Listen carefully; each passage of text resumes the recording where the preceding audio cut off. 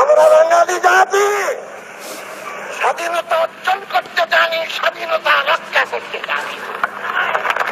আমরা চীনের গোলাম হব না, ভারতের গোলাম হব না, আমেরিকার গোলাম হব না। সমিতির রাত ভাঙিয়ে এই দেশের গভর্নমেন্টের প্রতিযোগিত কখনো তা হবে না, হবে না। আমরা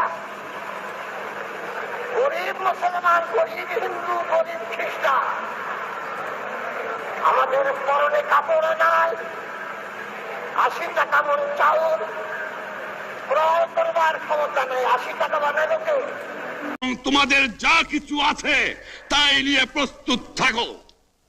মনে রাখবা, রক্ত যখন দিয়েছি, রক্ত আরো দেব। এই দেশের মানুষকে মুক্ত করে ছাড়বো ইনশাআল্লাহ। এবারে সংগ্রাম আমাদের মুক্তির সংগ্রাম, এবারে সংগ্রাম স্বাধীনতার সংগ্রাম। জয় বাংলা। যাতে প্রত্যেককে জনগণের কাছে জবাবদিহি করতে হয়। গণতন্ত্রের শিকড় জনগণের মধ্যে শক্তভাবে ঘিরে দিতে চায়।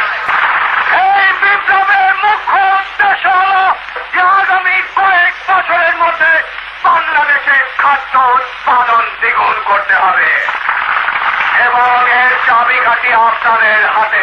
স্বাধীন জনগণ কি চায়? তারা চায় বেঁচে থাকবার অধিকার। যে অধিকার আল্লাহ এই দেশের জনগণকে দিয়েছে, এই অধিকার কেউই কেড়ে নিতে পারবে না।